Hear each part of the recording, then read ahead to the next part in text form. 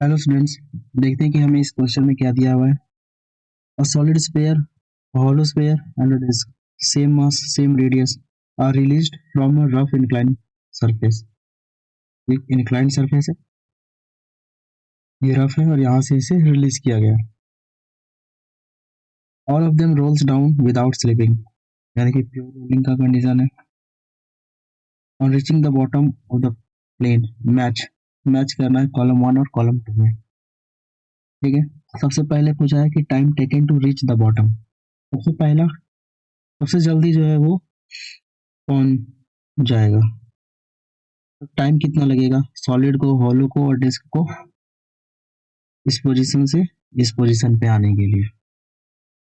Column 2 में क्या लिखा हुआ है, मैक्सिमम फॉर सॉलिड। अब बताना है कि टाइम जो है वो सॉलिड के लिए मैक्सिमम होगा कि हॉलो के लिए मैक्सिमम होगा या डिस्क के लिए मैक्सिमम होगा। ठीक है, तो सबसे पहले जो है वो रेडियस ऑफ जायरेशन लिख लेते हैं कि क्या होता है। तो रेडियस ऑफ जायरेशन का हमारे पास फॉर्मूला है, वो K equals to root under I upon M, ये होता है। ठीक है, डिस्क के लिए क्या होता है, डिस्क के लिए के का वैल्यू जो है वो आ जाएगा रूट अंडर हाफ, यानी कि इसे हम लिख सकते हैं रूट अंडर 0.5 आर, ये लिखा जा सकता है। हॉलो स्फीयर के लिए स्फीयर एसपी से डिनोट करते हैं, तो ये के आ जाएगा, वो आ जाएगा रूट अंडर 2/3 इंटू आर, और ये हम लिख सकते हैं 0.66 आर। तीसरा सॉलिड स्फीयर के लिए ये के का वैल्यू जो है वो आ जाएगा रूट अंडर 2/5 आर, यानी कि रूट अंडर 0.4। ये हमारा डिस्क, हॉलो स्फीयर और सॉलिड स्फीयर का रेडियस ऑफ जायरेशन का वैल्यू आ गया। ठीक है, हम देख रहे हैं कि जो रेडियस ऑफ जायरेशन है यानी कि के जो है वो हॉलो स्फीयर का वो बड़ा है के ऑफ डिस्क से, और के ऑफ डिस्क बड़ा है के ऑफ सॉलिड स्फीयर से। ठीक है, सबसे पहला मुझे पूछा है time taken to reach the bottom. तो टाइम का फॉर्मूला क्या होता है, जैसे कि हम पढ़े हैं कि ये जो है ये डिस्टेंस एस है, ये हाइट एच है, ये एंगल थीटा है। तो जो टाइम टेकन लगता है बॉटम में आने के लिए वो टी होता है रूट अंडर 2s अपॉन ए, और ये इंक्लाइंड सरफेस है तो इसके के लिए ए का जो वैल्यू है वो क्या हो जाएगा, ये हो जाएगा ए का वैल्यू जी साइन थीटा अपॉन 1 प्लस के स्क्वायर अपॉन आर स्क्वायर होता है, तो ये ऊपर लिख देंगे। अब जिसके के लिए के का वैल्यू ज्यादा उसके के लिए टाइम ज्यादा लगेगा, तो सबसे ज्यादा हॉलो स्फीयर के लिए के का वैल्यू है, तो मैक्सिमम जो होगा वो हॉलो स्फीयर के लिए लगेगा, यानी कि ए का क्यू, यानी कि ए का क्यू। ठीक है, टाइम मैक्सिमम जो है वो हॉलो स्फीयर के लिए लग रहा है। बी नंबर पे आते हैं, बी में क्या बोला है, टोटल काइनेटिक एनर्जी। तो जब ये इस पोजीशन पे था, इस पोजीशन से रिलीज किया गया तो तीनों रेस्ट पे था, और तो इस कंडीशन में जो है वो जो भी एनर्जी होगा केवल पोटेंशियल एनर्जी होगा, और ये हाइट जो है वो h है, दोनों तीनों का मास जो है वो हम m लिए हैं, ये क्वेश्चन में गिवन है, रेडियस भी सेम है।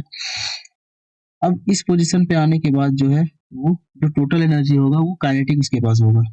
ठीक है, तो इस पोजीशन पे टोटल एनर्जी पोटेंशियल था, और तीनों का जो एनर्जी था वो एम जी एच के इक्वल था, क्योंकि मास जो है वो तीनों के लिए जो है वो सेम है, और हाइट जो है वो ये हाइट हम ले रहे हैं, तो यानी कि टोटल काइनेटिक एनर्जी जो आएगा, टोटल काइनेटिक एनर्जी कब होगा, काइनेटिक एनर्जी निकालेंगे तो इस पोजीशन पे जब आएगा तो इसके पास केवल काइनेटिक एनर्जी रहेगा, जो कि चेंज हो जाएगा पोटेंशियल एनर्जी से काइनेटिक एनर्जी में। तो काइनेटिक एनर्जी भी जो है वो सेम ही रहेगा तीनों का, यानी कि ये जो ऑप्शन है वो एस हो जाएगा, यानी कि बी नंबर का टोटल काइनेटिक एनर्जी क्या रहेगा, सेम रहेगा फॉर ऑल। ठीक है, अब मुझे तीसरा पूछा है, वो है कि रोटेशनल काइनेटिक एनर्जी। तो रोटेशनल काइनेटिक एनर्जी क्या होता है, ये थोड़ा इरेज कर लेता हूँ।